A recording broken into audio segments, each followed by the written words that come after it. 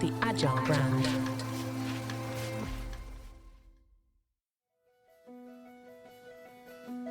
Welcome to Season 6 of the Agile brand, where we discuss marketing technology and customer experience trends, insights, and ideas with enterprise and technology platform leaders.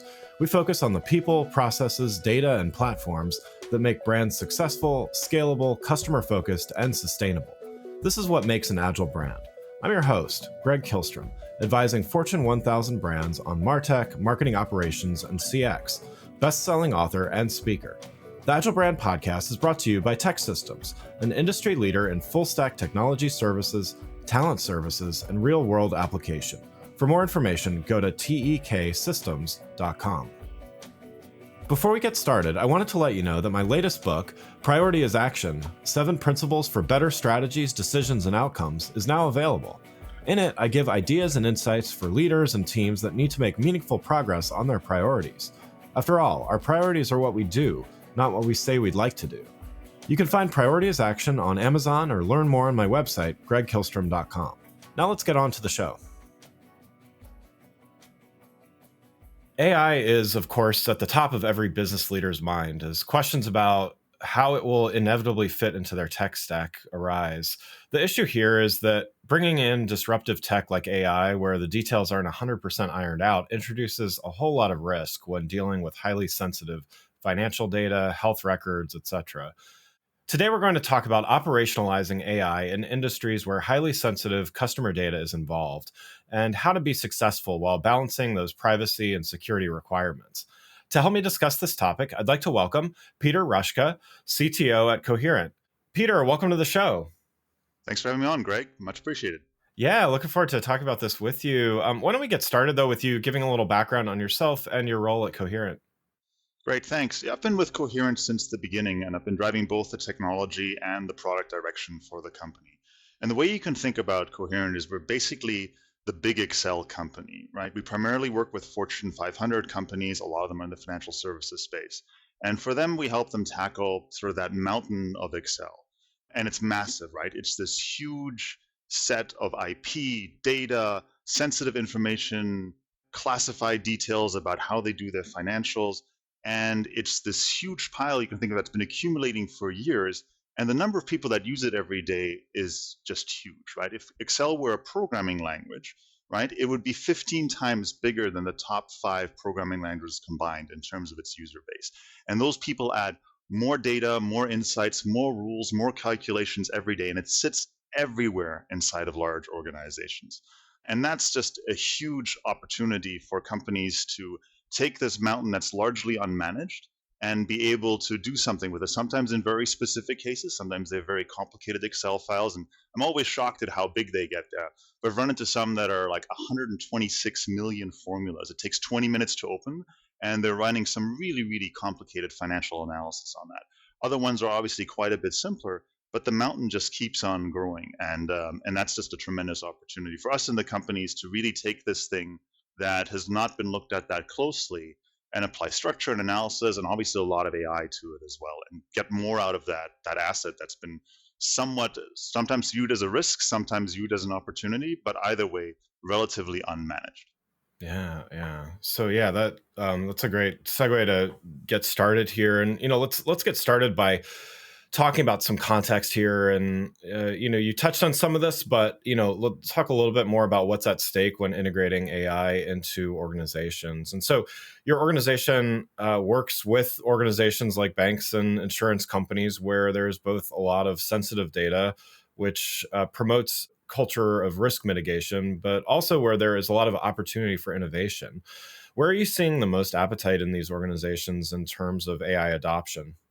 Yeah, so maybe about a year ago, a year and a half ago, this started showing up at a lot of the board level conversations, right? Because AI is the hot thing, right? And that's still very much being discussed. You can still kind of hear from some customers, we need to do something with AI because we know it's, A, because it's important, and B, because, it's even from a stock perspective, it's important to talk about it.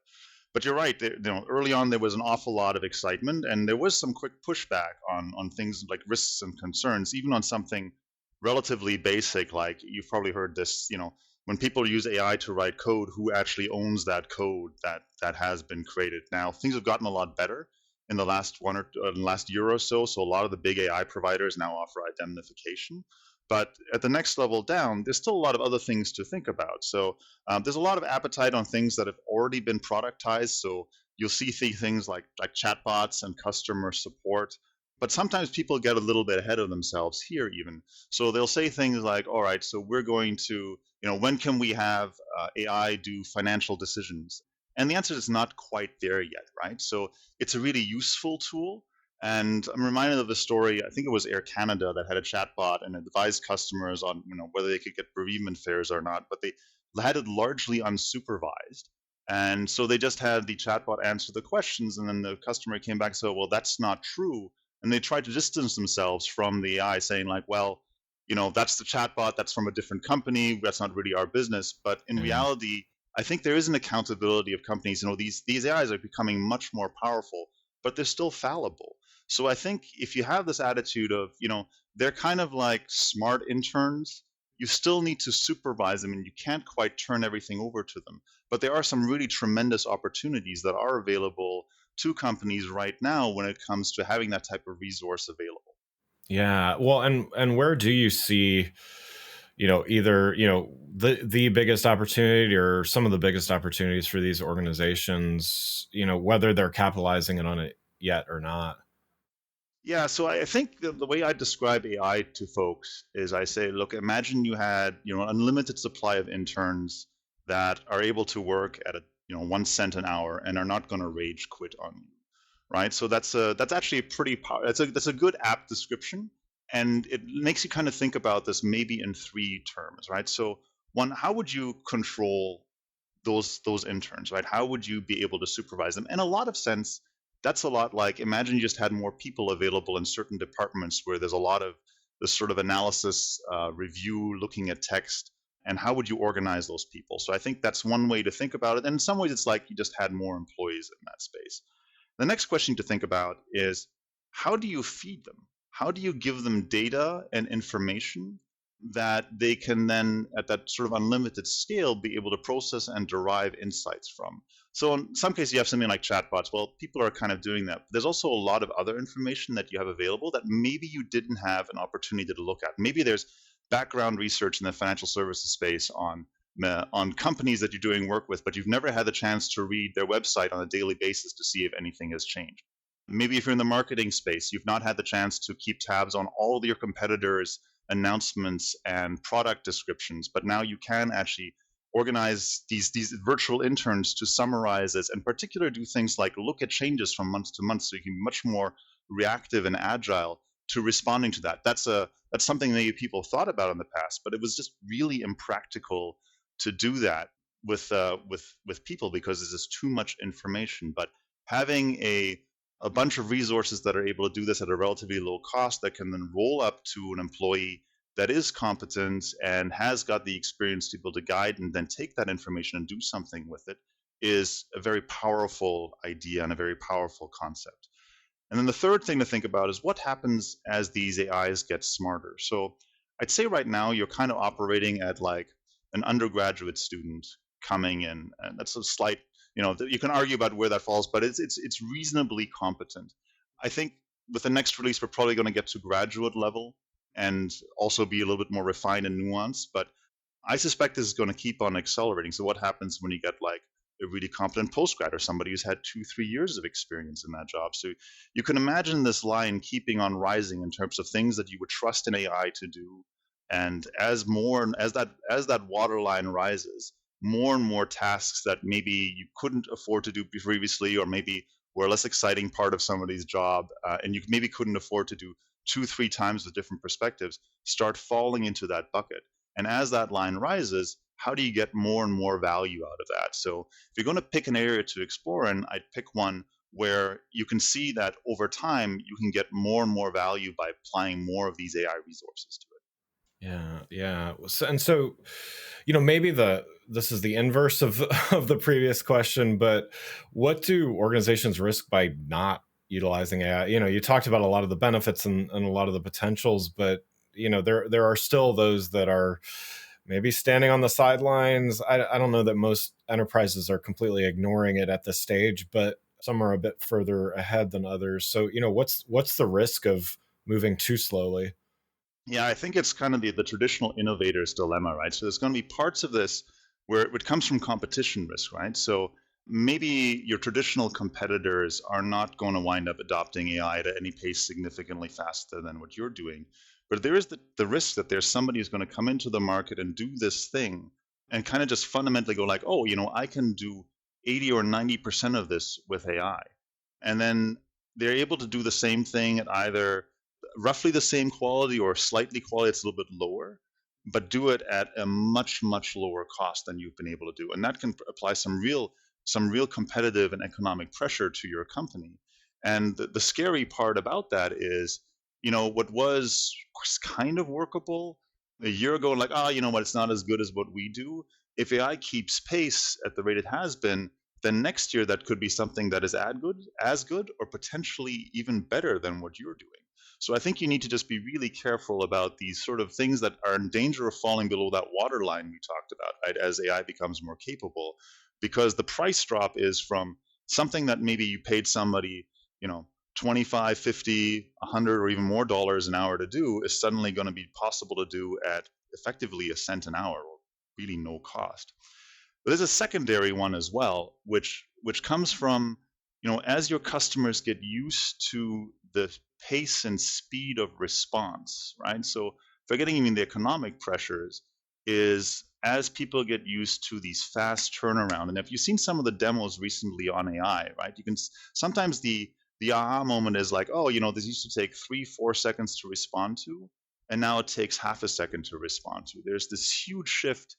I think that happens when something occurs that something is a little bit delayed to something that is, even in a direct interaction with an AI or a service agent, or something that could be replaced by an AI, goes from, hey, if I'm online, I'm on a chat, and it takes the service agent 20 seconds to get back to me because I know they're probably doing 3 chats at the same time, and now I'm getting one that comes back to me within half a second to a second. That's a much better customer experience, and customers are going to expect that once it becomes prevalent. And then maybe there's a third risk that exists, I think, more in financial services than maybe some other areas, right? So we talked a little about this notion of control and having these AIs be able to look at things that maybe otherwise you wouldn't have the time to look at. So that comes everything from risk management to oversight. And again, I'm not suggesting that AIs are the ultimate overseers, but certainly they can look at a lot more things than a human team could look at. And at some point, the regulators are going to say, look, we expect this as a basic business best practice. And if you're not able to do this, to govern your business, to control your business, to look at it from more angles that have been possible before, this is now considered baseline. And if you can't do that, you're going to run in trouble with the regulators. And so, working with the companies that you do, I'm sure you have, you see a lot of the good and the bad. We'll just put it that way, as far as implementation. And none of this stuff is easy, but sometimes it's more straightforward than others. But what are some of the common challenges that you see organizations having when they're integrating more or deeper AI into their tech stacks? So aside from the legal issues, right, Yeah. which are still being addressed, I think actually AI is pretty straightforward as far as tech goes. I've been in tech for a very long time. It is one of the more accessible ones out there because effectively you're programming AI in English language, right? It's like somebody described it once, it wasn't me, but somebody said, look, the amazing thing about AI, the programming tool for it is just English, or whatever your native language Yeah. happens to be. So that makes it incredibly powerful. And you look at things that are offered by Microsoft or Google or OpenAI, those APIs, which is how, from a tech side, that's how we integrate and bring in outside technology, are really easy to use. They're not very complicated. They're very easy to set up. It's one of the easier sort of technical on-ramps that is out there. But I think what is maybe a little bit challenging and interesting for anybody that's listening is, there's going to be entirely new ways of working. There's going to be different ways of thinking about how to apply this to a piece of business. Just because the technology is there doesn't necessarily mean people have figured out how to apply it in the right way to their particular businesses. And that's not an easy task. That requires somebody who can kind of look at a blank piece of paper and go like, oh, there might be an opportunity over here and we could try this. So I'll say, and no, obviously I come from the tech side. I don't want to be disparaging the tech teams, but that's not necessarily something that an IT organization is inherently good at, because it requires knowing about lots of different parts of the business. It requires knowing a little bit about tech, but it requires also knowing, like, well, here's our actual process flows. Here's what customers really value. Here's the real question that we're trying to get at when we're asking these questions or doing this type of analysis.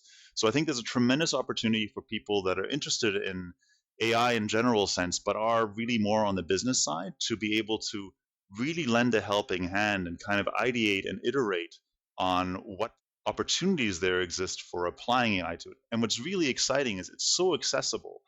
Maybe you don't know how to program, right? Maybe you don't know how to feed in lots of data into an AI engine, or how to, pull in an article from all these different websites or collect all the marketing information. But if you want to just try it, you can just cut and paste into an AI, and you can kind of just continue this chat rolling. So even as a business user, it's if you want to just try to do a couple sample loops about what you might do, it's really accessible. And I think that's a tremendous opportunity. I know you're asking me about the challenges. I'm just really Right, excited about this topic.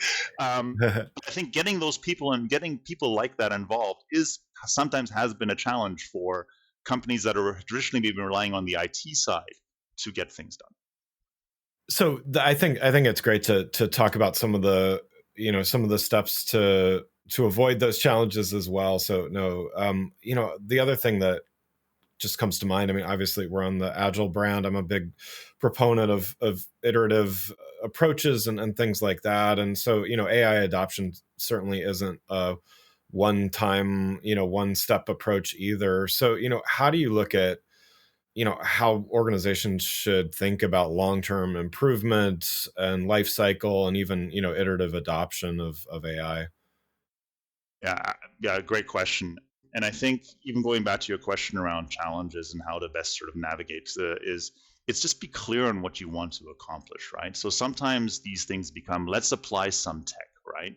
And you can certainly do, at the end of it, you'll have applied the tech. And I think about sort of big data and analysis, right? So lots of companies invested millions, tens of millions of dollars into this.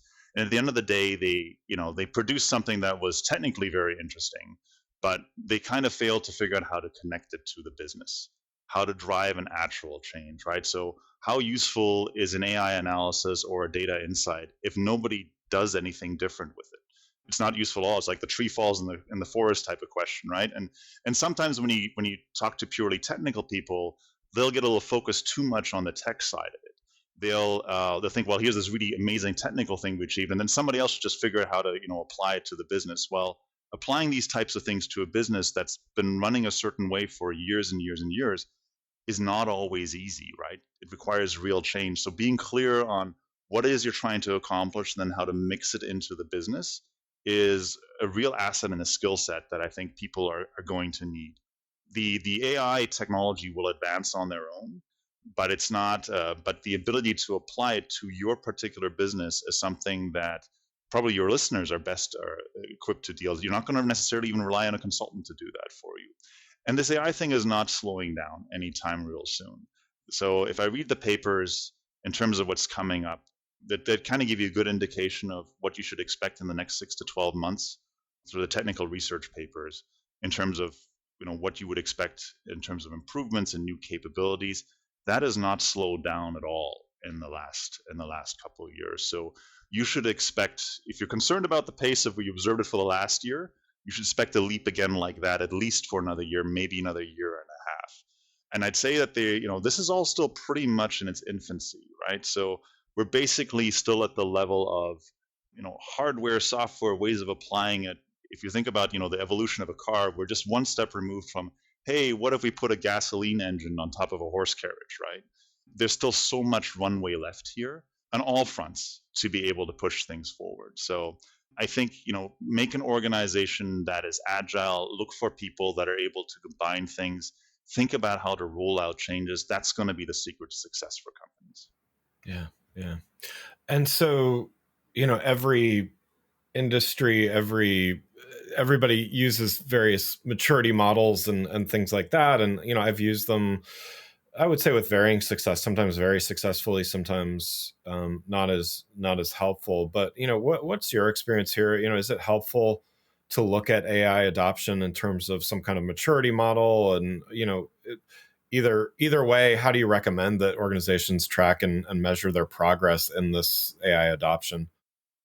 Yeah, it's that point I was just talking about earlier. I think you think about the rate at which you're driving real outcomes, right? So Yeah. if you give a team a budget and say, I need you to do something with AI, you're almost certainly going to get something AI at the end of it, right? Right. But the idea is, I need to solve a business problem, and AI may be the right tool for it, right? And certainly will be in an increasing number of cases, but keep focused on what it is that you need to achieve from a business standpoint, because that sometimes that last mile of actually delivering real customer value, of having a real impact on the market, is hard. And it's just as hard as the sheer technical side. So think about what is the outcome you're trying to drive towards. Make sure you frame the question the right way, of what it is that you expect your innovation team to be able to do, what it is that you expect as an outcome. And look, there's a reasonable chance that AI will play some role in this, but there'll be other parts that are just as important that the team can't lose track of. So I'm a big believer in focusing on the business outcome and kind of having everything else defined in there. Otherwise, internally, you want to have teams and organizations that are able to deal with those types of projects, these types of transformation projects that in the end are probably going to shift the way your business runs a little bit. It's not just probably a single thing that you're trying to accomplish there. And flexing that organizational muscle and getting used to that. Because as we said, the pace is going to keep on running at the rate it has. There'll be more and more AI, is I think really helpful for most organizations to do. Yeah, yeah, absolutely. Well, Peter, thanks so much for joining. One last question before we wrap up here. You've given a lot of great insights and advice already. Whether it's something you already shared or something else, what's one next best action that you'd recommend for those listening who want to make some meaningful strides in their AI adoption, but maybe aren't sure where to get started, or maybe get over the hurdles of ad hoc and uncoordinated adoption? Sure. First of all, thank you for having me on. I really enjoyed the conversation. Really appreciate Yeah, it. yeah, I'd say the number one recommendation I have is try it yourself. So if you've been kind of sitting on the edges and going like, oh, I don't know, this Chat GPT thing, I've been playing with it, or even if you heard about some of the newer models that are coming out, is just log in and try it. Ask it questions. And I'd say in particular, do the follow-up loops. Like sometimes I see people, they just kind of throw in a bunch of text and they go like, it doesn't really produce the thing you want. But these things become much more powerful when you go through the cycle of refining the answer. So if the first answer comes back, you type in a little bit more, you get some more data from your marketing brochure, or you even just upload a full document. There's an amazing number of things that are possible now that weren't possible a year ago. So staying on top of that and playing with it, I think, is going to equip people to much better understand what is possible, and may even be a little bit surprising in terms of what you're able to get out of these machines, and help refine sort of where the limit is of what you can do right now versus what you might be able to do in the future. So my best number one advice is go ahead and try it, and try to iterate a few times on the type of information you feed, and ask it, what's a good follow-up question, and provide that additional detail. yeah, love it. Well, again, I'd like to thank Peter Roschke, CTO at Coherent, for joining the show. You can learn more about Peter and Coherent by following the links in the show notes. Thanks again for listening to the Agile Brand, brought to you by Tech Systems. If you enjoyed the show, please take a minute to subscribe and leave us a rating so that others can find the show more easily. You can access more episodes of the show at www.gregkihlstrom.com. That's GregKihlstrom.com. While you're there, check out my series of best-selling Agile Brand guides covering a wide variety of marketing technology topics, or you can search for Greg Kihlstrom on Amazon. The Agile Brand is produced by Missing Link, a Latina-owned, strategy-driven, creatively fueled production co-op. From ideation to creation, they craft human connections through intelligent, engaging, and informative content. Until next time, stay agile. The Agile Brand.